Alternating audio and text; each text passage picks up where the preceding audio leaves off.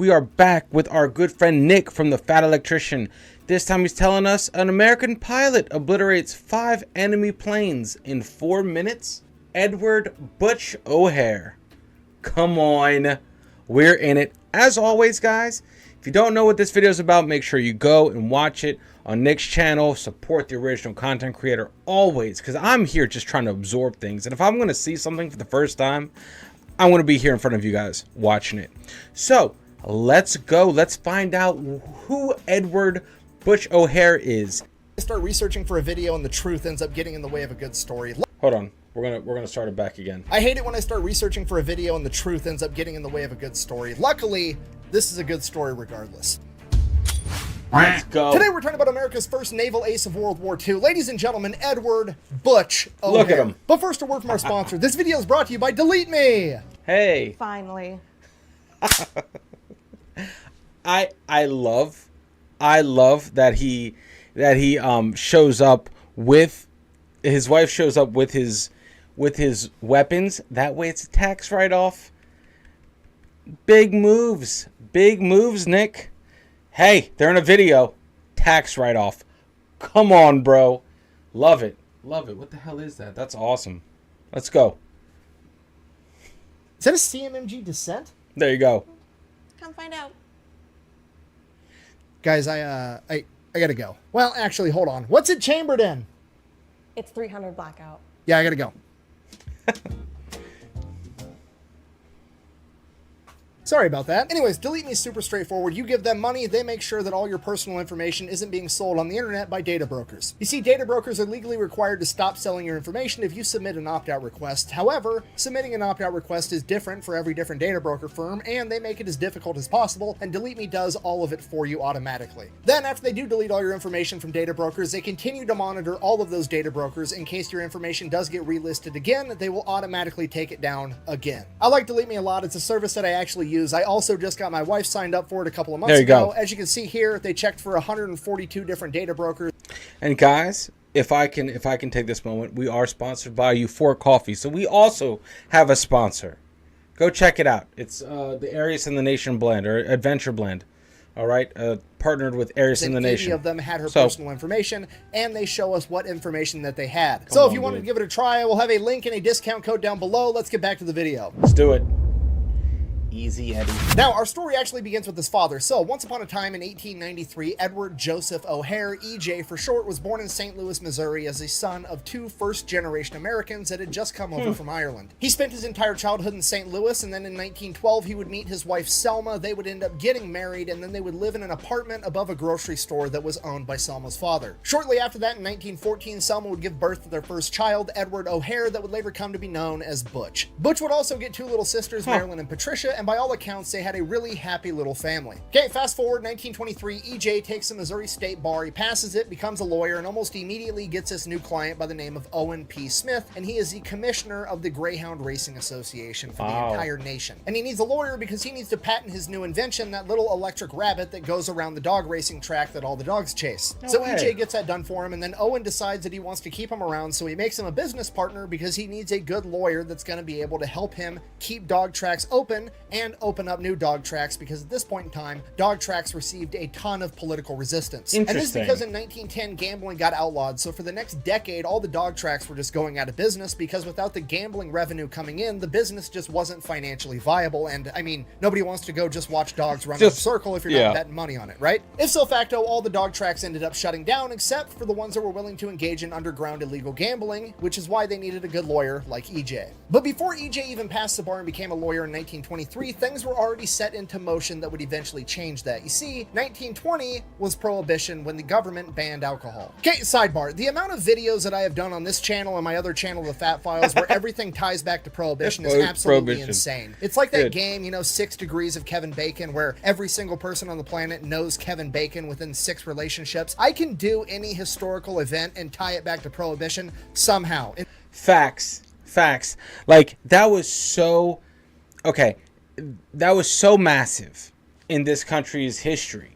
It's like you would call it like a springboard for everything else. It created the spider web, right? and everything ties back to prohibition. Like our viewpoint of, or the taboo of drinking alcohol, like before a certain age, like that's it. You know, across the pond, the taboo is off the table. You know, over here it's different. You know, you're raised different, and I feel like it ties in with prohibition.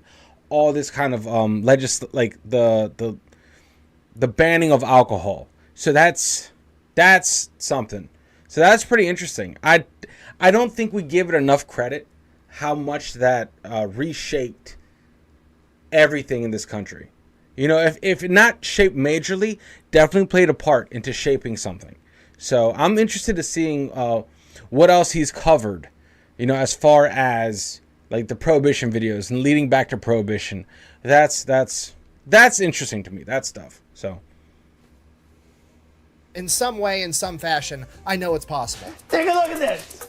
Jesus Christ, Charlie. I mean, just off the top of my head from videos that I've already covered, Prohibition is directly responsible for Domino's not going bankrupt in 2012, every American warship having an ice cream machine on it, that time that America had multiple ships completely dedicated to just making ice cream and distributing it to the Pacific Theater in World War II, the fact that there's 7 billion pounds of cheese in underground caves all over America, the fact that every dairy farmer is required by law to pay into a giant advertising fund so that they can advertise milk, which is where Got Milk came from. Pretty much all the IRS codes regarding tax evasion, and now this story as well is also brought to you by Prohibition, that one time that the US government tried to ban alcohol and failed miserably. Now, as we all know, after alcohol got banned, organized crime stepped in. They started distributing alcohol, they established speakeasies, they had bootleggers, they manufactured their own booze, and they made a ton of money while they did it. And by 1925, they had gotten so wealthy and so powerful that they were actually able to buy off politicians and law enforcement, and they were able to get away with whatever they wanted, and they were looking for more ways to make even more money, whether it was legal or not. And one of the things they decided that they wanted to do.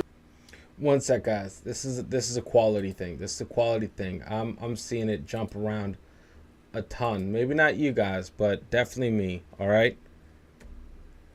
Buy off politicians and law enforcement, and they were able to get away with whatever they wanted, and they were looking for more ways to make even more money, whether it was legal or not. And one of the things they decided that they wanted to do was to get into gambling via dog racing tracks, and now that they had politicians on their payroll, they would actually be able to get the building permits, build all new dog racing tracks, and not be busted for gambling by the law enforcement because they were paying off them too. So you're a big mobster that wants to get involved in dog racing, money's not going to be an issue, getting building permits from politicians isn't going to be an issue, and the law enforcement's going to leave you alone. What's the last thing you need? You need somebody that knows how to run a dog racing track and one of those stupid electric rabbit things, right? Right. So that's what they do. The mobsters go and they get a hold of Owen Smith and his legal consigliere, E.J. O'Hare. And when I say mobsters, I just mean the first big-time guy to figure all this out and put the plan together, and that was a gentleman from Chicago by the name of Al Capone. EJ and Owen are now partnered with Scarface. Nuts. Well, I look suspicious. And his Southern Italian heritage raises some flags.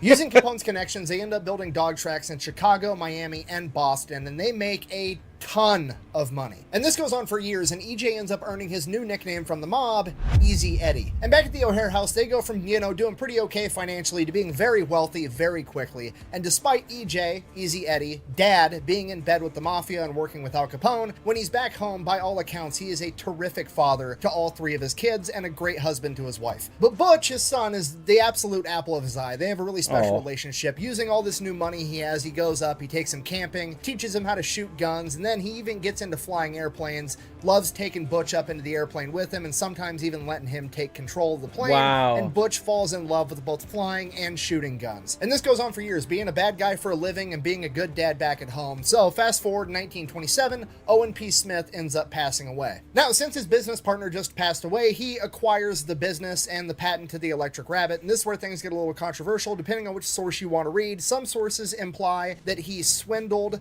Owen's widow out of the patent and out of the money, and some other sources say that he basically paid her out. Which, to be fair, both of those are completely possible. He is a crooked lawyer working for the mafia, and also it's pretty standard practice that if you are in a business partnership and your partner passes away, that you buy out his shares and you acquire the entire business. So you can go ahead and pick whichever one you like more for that. Now, it's also at this point in time, right around 1927, that Easy Eddie and his wife Selma come to the realization that their son Butch is adapting a little bit too well to their new life of luxury. I mean, they have enough money to give their kids anything they want. The problem with Butch is, all he wants is to sit in the house, read books, and eat donuts 3 times a day. He's 13 years old and he's already starting to get fat and kind of lazy, and one day he reaches peak laziness when he asks his mother at the age of 13, "Hey mom, can I borrow the car to go to the bakery?" The bakery is literally 4 doors down where he buys his donuts. He didn't want to walk like 60 feet to go get a box of donuts. Oh my God. At that point, his parents realized that they had a problem on their hands. So they do what any good parents would do. They come to him with love and compassion, and they hold his hand and they look deeply into his eyes and they tell him,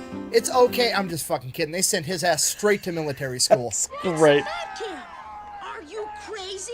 No way! So he gets shipped off to Western Military Academy in Illinois. Fast forward 3 years, 1930. Butch is in his junior year of military school, and he absolutely loves it. He's not much for conventional sports like football or wrestling. However, he did end up joining the water polo team, which he really enjoyed, and that's actually how he got his nickname Butch. And he has decided not only does he enjoy military school, but he wants to go on to be in the actual military. He wants to go directly into the U.S. Naval Academy. So that's what Butch is up to. Easy Eddie's still just raking in the dirty gambling money with Al Capone, so much so that in 1930 he buys a massive mansion that has an indoor skating rink and an indoor pool in this really fancy neighborhood in St. Louis. And this is the part where the truth kind of gets in the way of a good story, because when this story is usually told, there hasn't been all this context that I've already given you guys. It's literally just they open up like, hey, there was this lawyer that worked for the mafia and Al Capone. His name was Easy Eddie, and he was the best lawyer around, and he's the reason that Al Capone got kept out of prison, okay? Which, right out of the gate, that's not true, okay? Easy Eddie wasn't Al Capone's lawyer. He happened to be a lawyer that was a business associate of Al Capone, okay? If Al Capone got arrested for a DUI or whatever, it wasn't like he was calling up Easy Eddie to come represent him in court. Got it. That never happened. They then go on to explain that him and his son Butch have this amazing relationship, and Butch is the apple of his eye, and he uses the wealth that he's accrued from working with the mafia to give his son everything he could possibly want. And then one day he has a change of heart and realizes that he hasn't given his son a good role model in life to look up to. And at that moment he decided that he was going to help the IRS put Al Capone in prison, proving to his son how to be a good person,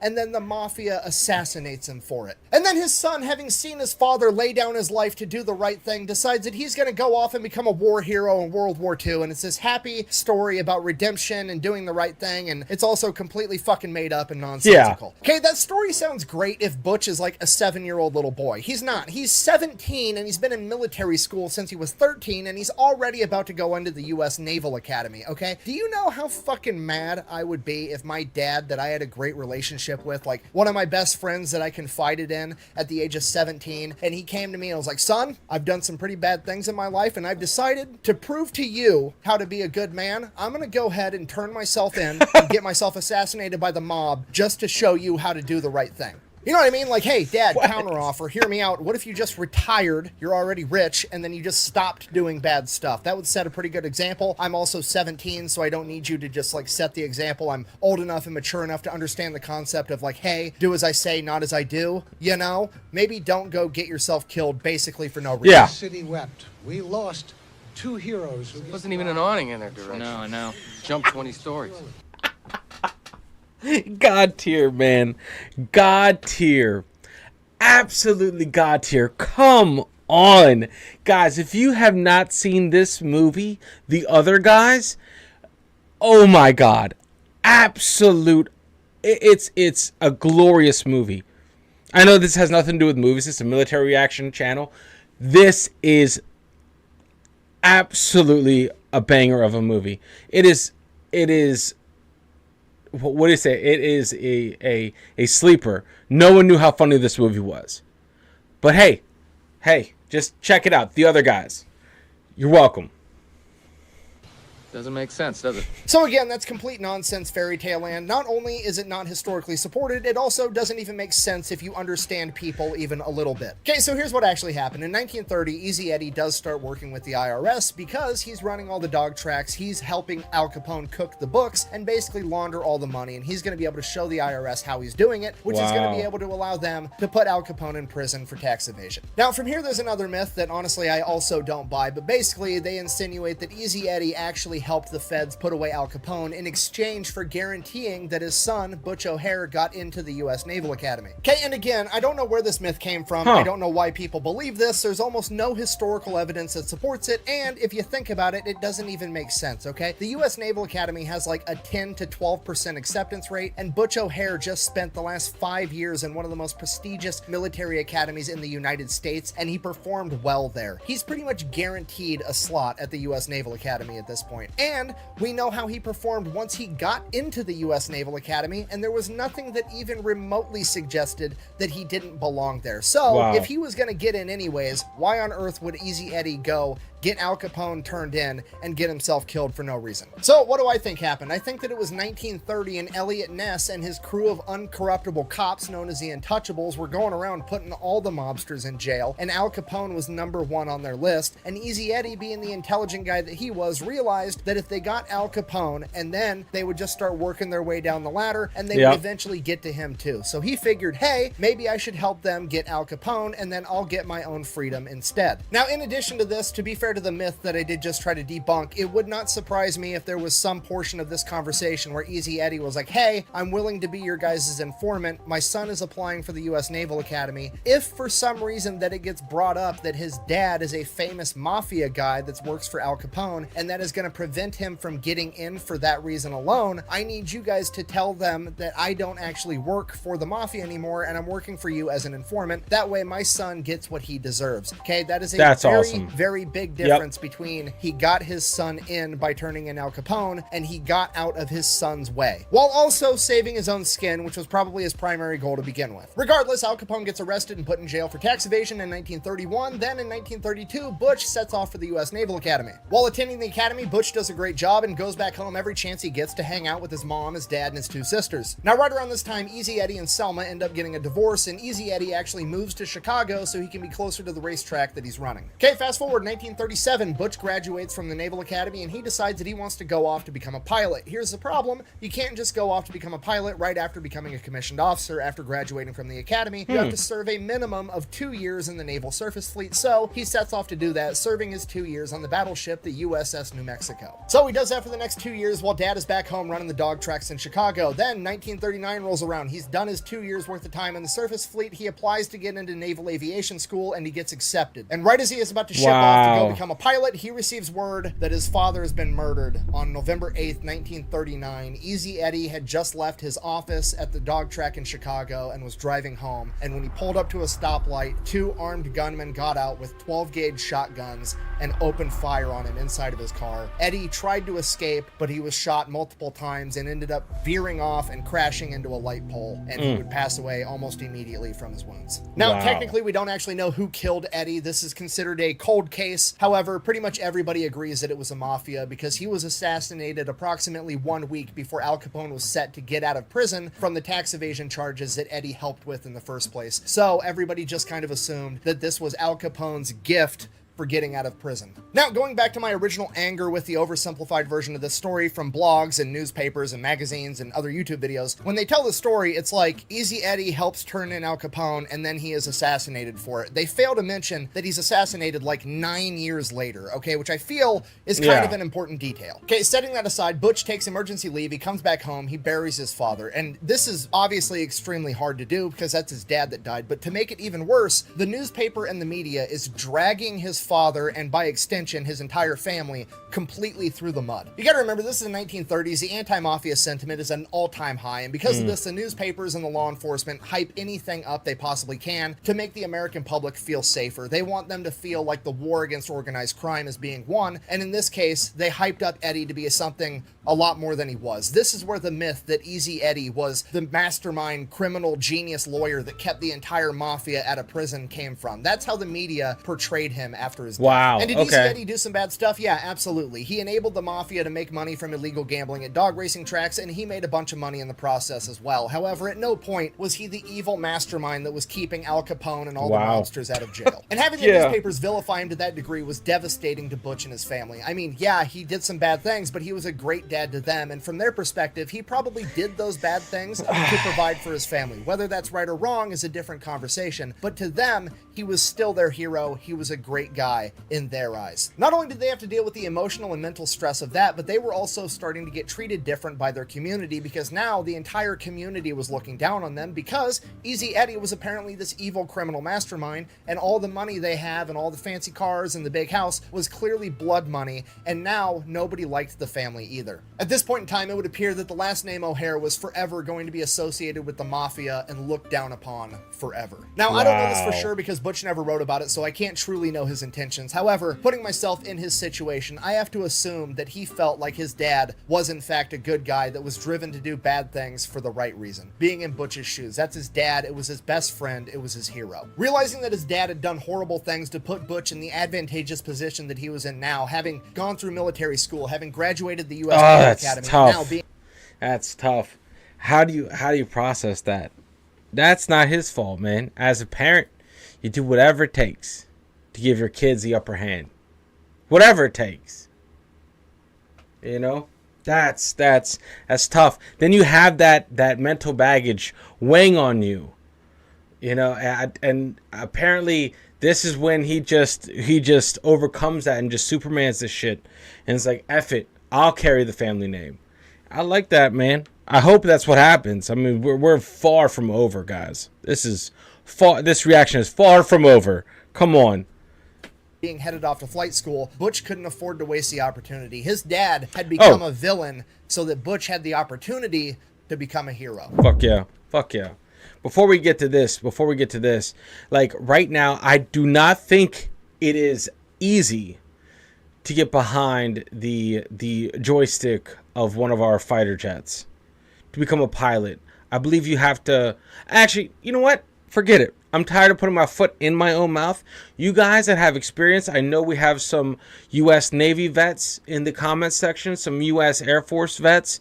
Guys, how hard is it to get to the level of pilot, whether it be in the Navy or the Air Force? I know it's like Air Force pilots is like 1% of the Air Force makes it into that, and then like 1% of the 1% makes it to be fighter pilots. Please let me know. Please let me know. I have no idea. That's a different world, guys.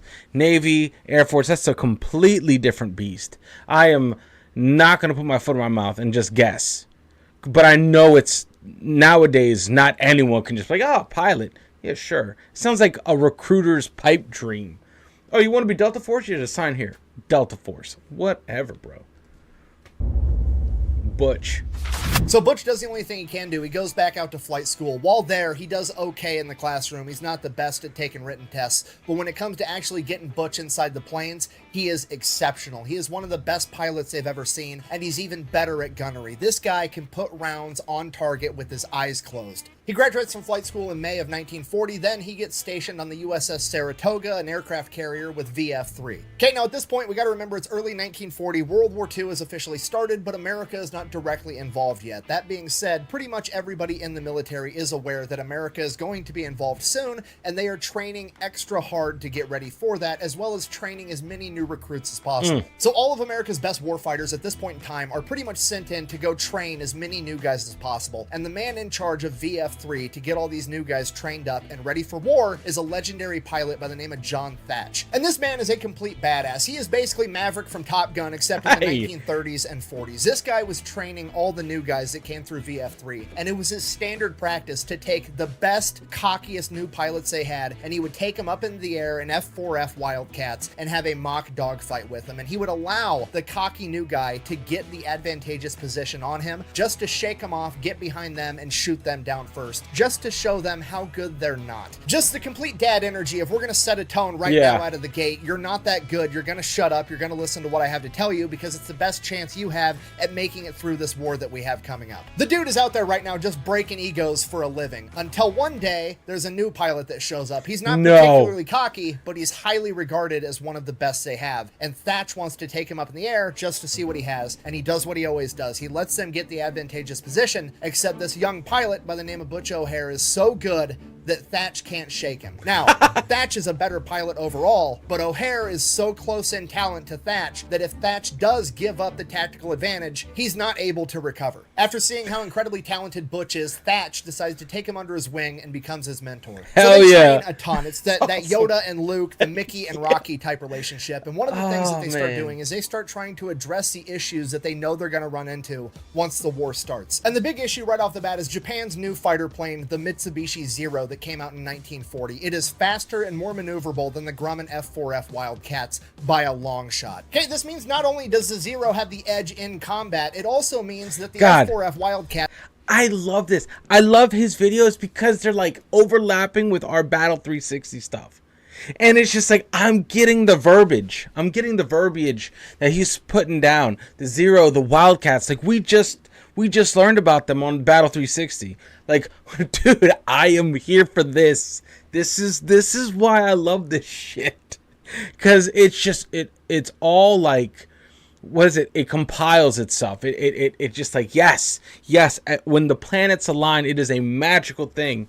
Man, I'm here for it, dude. Thatch can't really run away because the Zeros will just chase him down and shoot him out of the sky. Yeah. So Thatch, being the tactical genius that he is, realizes the only chance they're going to have is to fight. This situation is kind of like when he first met Butch and took him up into the sky. Thatch is a better pilot than Butch. However, if he was able to give up that small advantage, he wasn't able to recover. He needs to find whatever that small advantage is that the F4F Wildcat has over the Zero so that he can enable his men to win. And what he comes up with is a tactic that would later come to be known as the Thatch Weave. It's basically a counterpunch because he knows the Zeros are going to end up behind the Wildcats. They're faster, they're more maneuverable. Once a Wildcat has a Zero on its tail, another Wildcat's going to pull up next to it, and then they're going to cross paths, and then they're going to cross paths a second time, kind of like a zipper. And right as they're about to cross paths the second time, the wingman is directly lined up with the broadside of the enemy Zero, and he's going to be able to open fire without running the risk of shooting down his friend. So it looks good on paper, but obviously he's got to see if it works in real life, so he calls upon his protege, young Butch O'Hare, to go up with a bunch of other planes to be the bad guys and try to chase down him and his guys where he can test the tactic. And it works out great. Butch was not able to shoot down any of them. The Thatch move would then be proven combat effective at the Battle of Midway, and it is still considered a viable dogfighting tactic to this day. During all this training, Butch would actually get some time off. He goes out, meets a young woman by the name of Rita, and on their very first date, he asked her to marry him, and she says yes, because Butch O'Hare doesn't miss. They then go, they have a honeymoon in Hawaii, they come back, and they start living together in Coronado, California, while VF-3 is stationed at North Island Naval Center. And while he lived there, everything went great. He was training a ton, he was busy, but he did get to go home to his new wife every single night. And then one day, Thatch decided to make everybody in VF-3 come in for extra training on what appeared to be a random Sunday in December of 1941. And they did their training in the morning. Thatch cut everybody loose for lunch, and they were supposed to report back to finish training that night. And as Butch O'Hare was driving to his apartment to meet up with his wife for lunch, over the radio he would find out that Pearl Harbor had been attacked. He gets home, he tells his wife, and I quote, "The Japanese have attacked Pearl Harbor. I'm to board the Saratoga as soon as possible.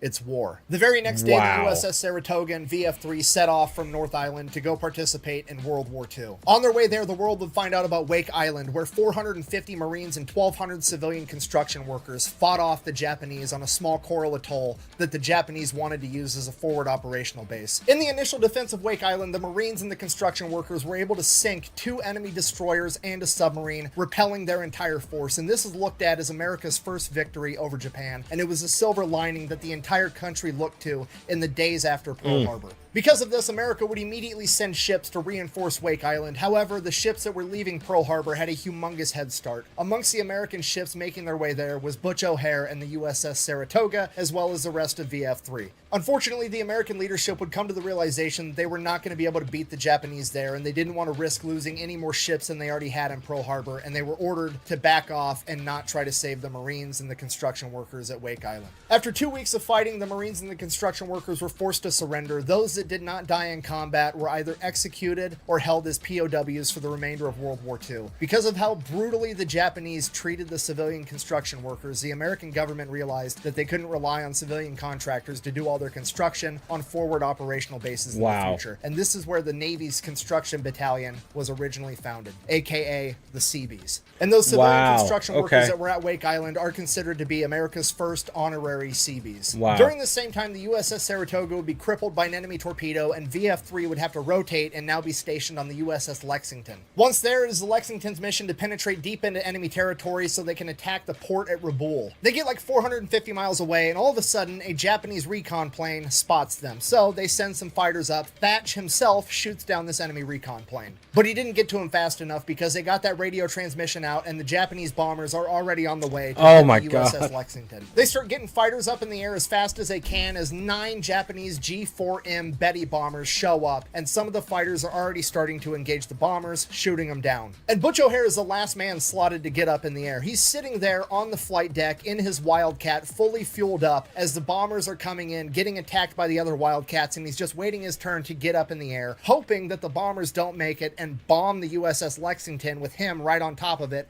in a fully fueled up aircraft. Wow. By the time Butch gets up in the air, the combat's basically over. The bombers have been repelled, and most of the Wildcats are still chasing them down, and they end up shooting down all of them. And then a second wave of bombers gets detected on radar, and this is a humongous problem. You see, all the Wildcats are up in the air, and most of them have been in the air so long that they're out of ammo and fuel, and once those planes return from chasing down that first wave, they're going to have to land. They're not going to be able to fight. By the time that second wave gets close, the only planes available with fuel and ammunition able to fight are Butch O'Hare and the guy that went up right before him, Duff DeFillo. So what do you do? They do the only thing they can do. Butch and Duff get next to each other, and they are about to engage 9 Japanese bombers in a double V formation, and Butch fires his guns just to make sure they're all working, standard procedure. Duff goes to fire his.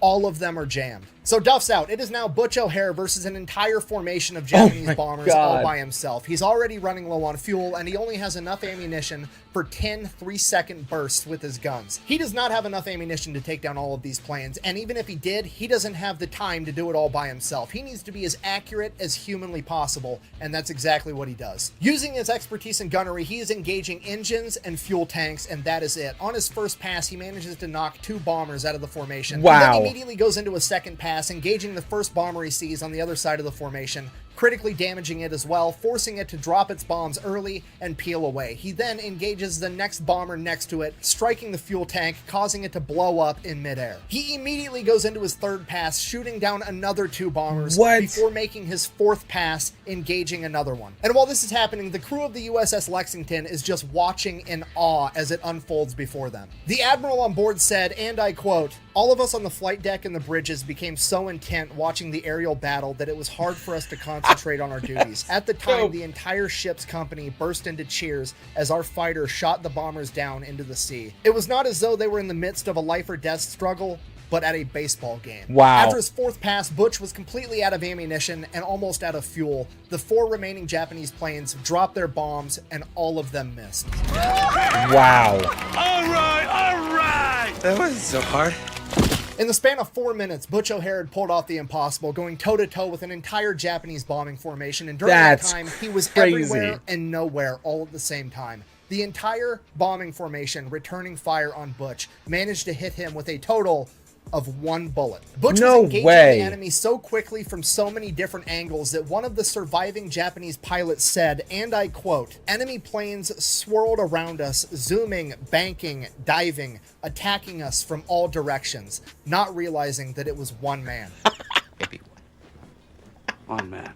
So the 4 remaining Japanese planes that dropped their bombs and missed, they peel off, they retreat. Butch goes to land, and as he goes to land, he drops his landing gear, and some new guy on the deck opens fire on him with a 50 caliber machine gun. Luckily, it was all misses. Butch gets out of his Wildcat, walks up to the guy that was just shooting at him. It's some new kid that is now just shitting his pants because he almost just killed the hero of the day. And Butch walks up completely cool, and he's like, "Son, I don't mind if you shoot at me.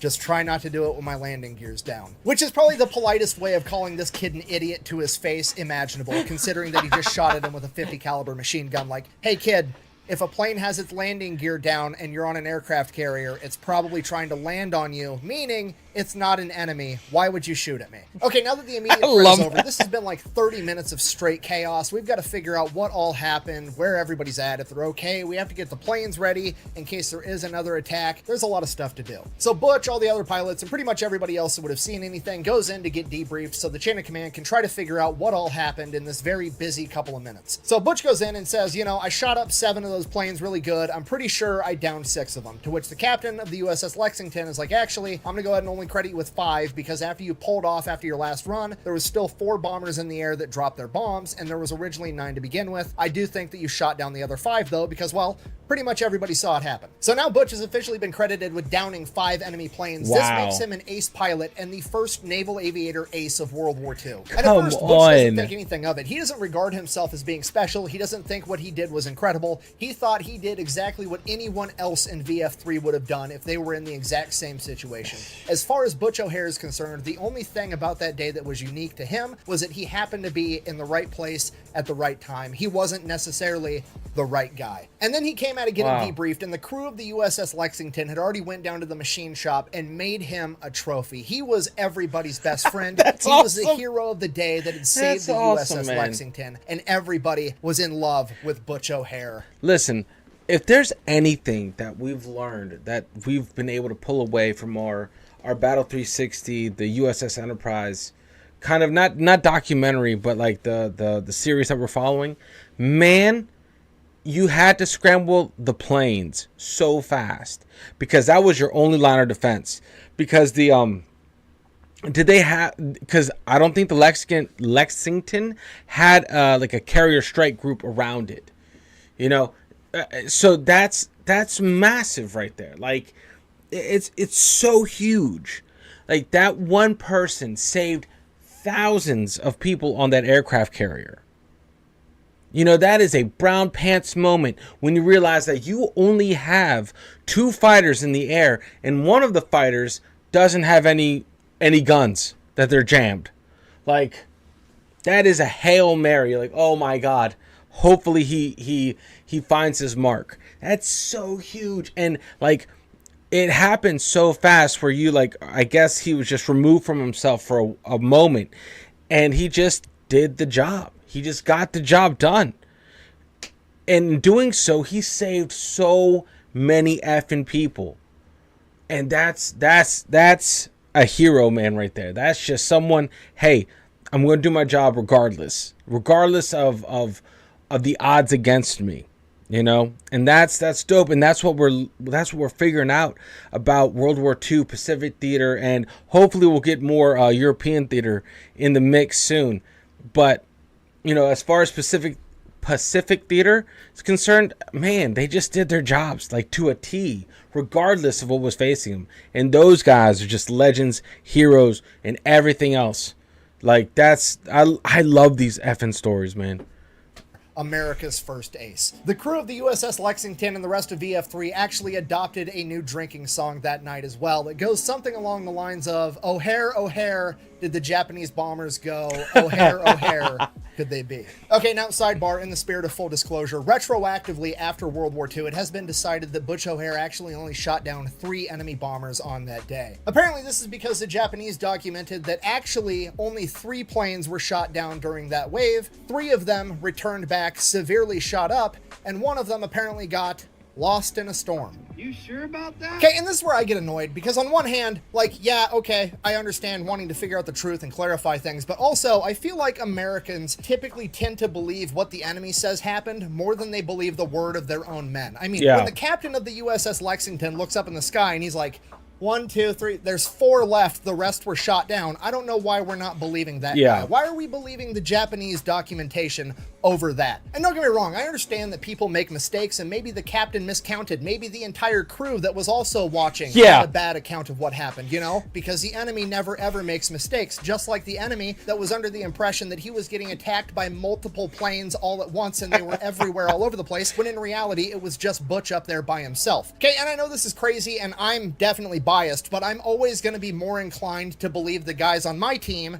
than the enemy. But hey, Yep. whatever. I'm not the expert. That's one thing. Whatever. Maybe everybody on the USS Lexington miscounted and the Japanese counted right. I guess that is possible. However, I will argue till I die that the Japanese pilot that got shot up by Butch O'Hare and then magically got lost in a storm that none of the other shot up planes managed to get lost in absolutely got shot down by Butch O'Hare. Okay. I don't care if the storm did the last 5% of the damage. Butch should get credit for that. Okay. Yeah. It's complete lunacy to say anything other than that. I mean, for real, apply this logic to any other situation. Imagine that you're at a party and there's an altercation that breaks out between guy A and guy B, and guy A pulls out a gun, shoots guy B in the chest 17 times, and then guy B falls into the pool. Okay, are we gonna be like, oh, that guy drowned? No, guy A killed guy B. Okay, that's obvious. I'm sorry, I'm getting distracted. I get super annoyed when there's some people that have nothing better to do with their lives and look back and retroactively nitpick and try to undermine the accomplishments of others. Honestly, Butch O'Hare probably wouldn't even care this much because all he cared about was saving his dudes. But also,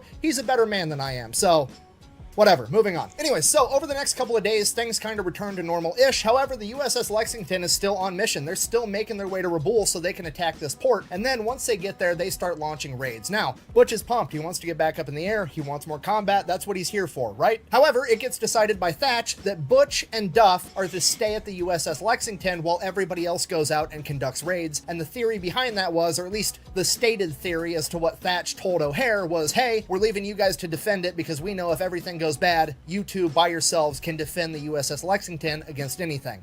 That's what Thatch told him. In reality, Thatch knew that Butch O'Hare was being put up for the Medal of Honor, and so did the rest of the chain of command, and they knew that they could not afford to let Butch get killed in combat. This is early 1942. This is 2 months after Pearl Harbor. The only silver lining, the only good news that America has gotten in the past 90 days was about the Marines and the construction workers making their last stand at Wake Island. And now they've all been captured, either killed or put in internment camps. Okay, America has not had any good news. Except now they have the story of Butch O'Hare, the man that became an ace in 4 minutes. Shortly after this, Butch is informed that he's going to be receiving the Medal of Honor, to which he directly tells Thatch, I don't want it. He doesn't want it. He doesn't want to have to go back stateside. He wants to stay out there with his men. He still does not feel as though he did anything special. And the man that has been his father figure, his mentor for the past couple of years, basically pats Butch on the shoulder and informs him, too bad.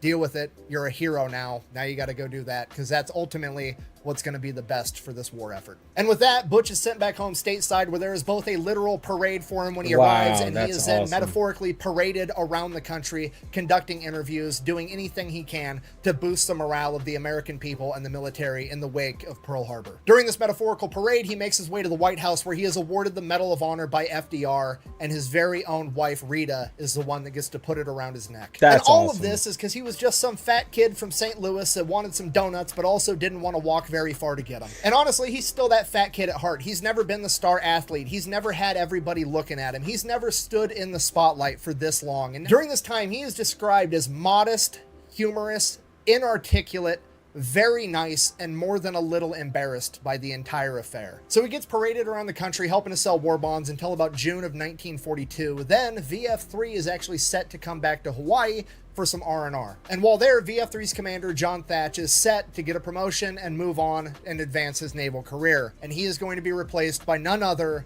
than his protege and war hero, Butch O'Hare. On June 19th, 1942, Butch O'Hare formally relieves John Thatch of command of VF-3 as he assumes command himself. John Thatch would then go on to say, and I quote, "I know of no one I would rather see take my old command into new battles." Of course, referring to Butch O'Hare, and this meant more to Butch than winning the Medal of Honor. See, that's awesome. That's awesome, man. That's awesome, man. Like, you know, because he's just a regular dude. That's what it is. That's what World War II is made out of. Is regular dudes being asked to do insane stuff. You know, and like that's just, he was, in his mind, he was at the right place at the right time. You know, doing his job. Like that's just different breed, different level of human during that war. And I because since then you can't really compare, because we've been in conflict for centuries at this point. There's always some conflict somewhere. But World War II, man, like we cut our teeth for sure. We cut our teeth as a country for sure. And you had a lot of these I mean, he wasn't a farm boy, but you had a lot of these stories of like farm boys going above and beyond, and so it's intriguing to me. Like that was a greater generation for sure. Absolutely crazy. This did not mean that Butch was going to get to go back into combat. VF3 had actually been taken, and they are now going to be training all of the new pilots to get ready for war, because America's practice at this point in time was to save all of our best pilots and make them teachers to train the next generation, as opposed to the Japanese who, well, they used up all their good pilots. They all died. So Butch and the remaining combat veterans of VF3 start training a bunch of new guys, and Butch officially becomes known as the King of Maui. Because, I mean, he's the war hero, everybody knows his name, he's training all the new guys, he's in charge. This guy is clearly the main character. And this is an important time because he's training the next generation of fighter pilots that he'll eventually take into combat, but he also gets to go home every night and spend time with his wife. And during this period, they end up having their daughter, Kathleen, that he gets to meet in March of 1943. With Butch leading all the training, VF3 became known as Butch's Boys, and a lot of these pilots went on to become aces themselves, and they all had incredible things to say about Butch and the lessons that he was able to pass on to them. Then in August of 1943, VF3 was reinstated as VF6, and they were being stationed on the USS Independence, and they were being sent back into the Pacific Theater for combat. But unlike last time, Butch isn't going to have a plane that's outmatched by Japanese Zeros, because him and his men are not getting Wildcats, they're getting the new Grumman F6F Hellcat. And I cannot stress to you enough what a big difference this is. The Wildcat is outmatched by Japanese planes. The Hellcat, on the other hand, will go on throughout the rest of World War II to rack up a 19-to-1 kill ratio. Wow. And now Butch and his boys got the new Hellcats, and they proceed to go and fuck shit up. First thing they do is they go and they launch raids on Wake Island and Marcus Island. Butch lands a couple of more air-to-air kills, solidifying his status as an ace, even if people like to go back in time and try to discredit some of his kills. Then VF6, now VF3, gets restationed onto the USS Enterprise, and Butch, the war hero, gets put in charge of all three squadrons on the USS Enterprise. Wow. Okay, here's the problem with that. Butch is now officially a bigwig. He's not supposed to be out there in a Hellcat mixing it up with the enemy anymore. He's supposed to be going up in like a Grumman Avenger, a command plane, so he can see everything, see what's going on, be protected, be safe. Be the smart guy he's up not in the going to do tower that. telling the troops on Crazy. the ground what to do. Okay, but that's not how Butch gets down, okay? He officially puts in a request that they repaint his Hellcat so that it can be his command and control vehicle, and he's going to do everything from a Hellcat. And obviously, this is Butch O'Hare, the war hero and fighter ace. He's going to get what he wants, and he does just that. Now with Butch O'Hare in charge of over 100 pilots on the USS Enterprise, they go and provide air support to the Marine Corps as they make amphibious landings at Tarawa and Macon Island. And with the help of the new Hellcats, they absolutely crush the Japanese in daytime combat, so bad that the Japanese have to ditch the idea altogether. After the Japanese realize they can no longer go toe-to-toe with the American aviators during daylight, they resort to using night tactics. Basically, the Japanese resort to sending torpedo bombers out in the dark of night, launching torpedoes and hoping they hit American ships. Now, it's not super effective because the torpedo bombers can't really aim. However, it's also effective in that the Americans also can't really send planes up to stop them because night fighting at this point in time isn't really a thing. Okay, you gotta realize this is 1943. Radars are still fairly new technology, and they're mostly being used on ground arrays, and recently they're starting to be used on big naval vessels. They can't cram one of these things inside of a fighter plane yet. So at best, all the Americans can do is use the radar on the ship to see the enemies coming and then essentially brace for impact. They are not going to be able to scramble their own fighters to go up without a radar because everything's relative up there, right? Even if the ship tried to tell the planes where the enemy was, like, is that my left or your left? Is that my guy or is that an enemy? They'd end up shooting more of themselves down than they would the enemy. It'd be complete chaos. So that's really all the Americans can do is just hope they miss. That was until Butch came up with a plan. What if we took the Avenger, it's a big plane, we crammed a radar into that, and then sent the Avenger up with a bunch of Hellcats, and then as long as we could stay in formation, we would be able to tell in relation to ourselves where the enemy was. The Avenger could be like the enemies to the left, the enemies to the right, and everybody has the same left, the same right. The Avenger could guide everybody. Now, obviously, if the entire thing devolves into a giant dogfight, we're going to have a huge issue, but we should be able to ambush them under the cover of night and stay in formation and hopefully not lose it. And we don't need to go chasing kills. We just need to prevent them from launching torpedoes at the ship. We just need to either shoot them down while maintaining our formation, or we just need to scare them off. So Butch gets permission from the chain of command, they shove a radar inside of a Grumman Avenger, and now he starts developing night fighting tactics, and his crew becomes known as the Black Panthers. So in November 1943, they go up for their first night mission, attempting to intercept Japanese bombers. They were unable to find the Japanese bombers at night. However, they didn't get to shoot off their torpedoes, and they got all the planes back on the carrier under the cover of night, so it was deemed a pretty big success. Then November 27th, 1943, they go up for their second night mission. There's 2 Avengers and 4 Hellcats divided into 2 different groups, and they are going to go up there and stop the Japanese bombers. By the time all the American planes get up in the air, the Japanese bombers are so close that the Avengers are having trouble differentiating the radar signatures between the Japanese bombers and the American Hellcats. And before Butch and his wingman can actually find their Avenger and get into formation, Butch's Avenger actually runs into the Japanese bombers first and opens fire. Even though it's not a fighter, it does have some guns, but it's not a lot. Regardless, they're able to shoot down one of the Japanese bombers. And then Butch's Avenger again somehow runs into another Japanese bomber before finding Butch and the wingman, and it shoots that one down too. At this point, it's chaos. There's multiple planes in the air, American and Japanese, and they're in close proximity and they don't know who is who. So Butch instructs his wingman and the Avenger to both turn on their cabin lights at the same time so all 3 of them can see each other for a brief moment and be able to get into formation. So they turn the cab lights on for a brief second, they all see each other, then they turn them back off right away. At this point, the crew of the Avenger spots a Japanese bomber above Butch approaching him from the rear, most likely attempting to shoot him down. They radio to Butch that he has somebody on his tail, and they radio to the other Hellcat to send them forward to take out the bomber. Butch's wingman in the Hellcat speeds up, intercepts the bomber, opens fire, and the bomber opens fire on Butch. The bomber takes heavy damage and veers off into the darkness, at which point the crew and the Avenger radios, "Butch, we got him. Butch, we got him. Come in. Over." Oh no. And there's nothing.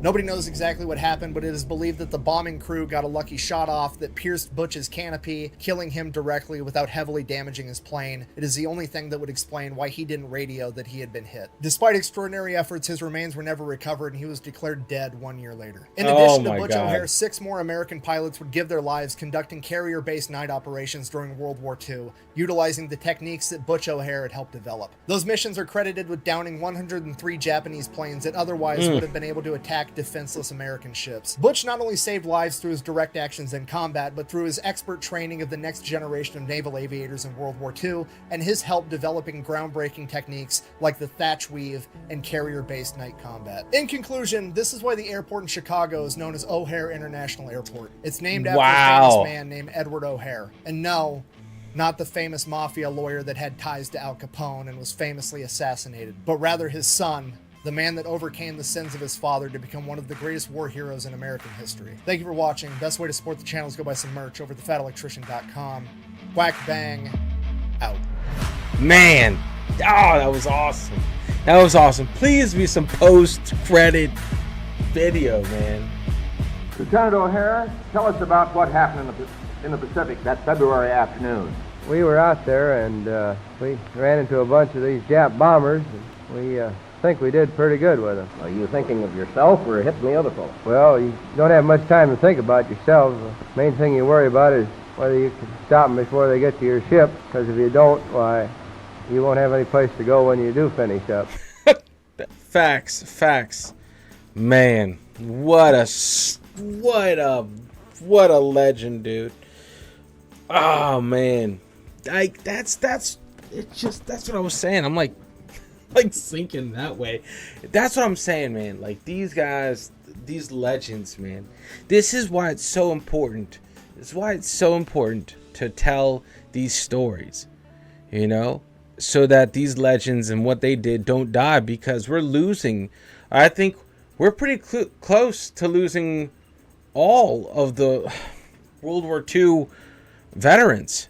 Their stories are disappearing, and the only way they live on is through things like this. Get them recorded, get them told, have a place where we can find them, you know. And it's like the books, like these kind of books, they'll only tell you so much, you know.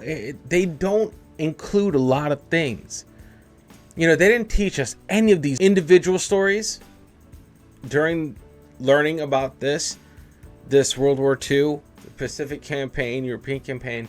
You don't hear the individual stories. right? That's why what he's doing is so important. And I hope he never stops doing what he's doing, highlighting the stories of the brave men and women that have fought for their countries. So anyway, guys, as always, much love. Thank you so much for liking the video, subscribing to the channel if you haven't. Make sure you unplug, do something legendary. And I will see you all in the next video, and I can't wait to read the comments in this video. Later, guys.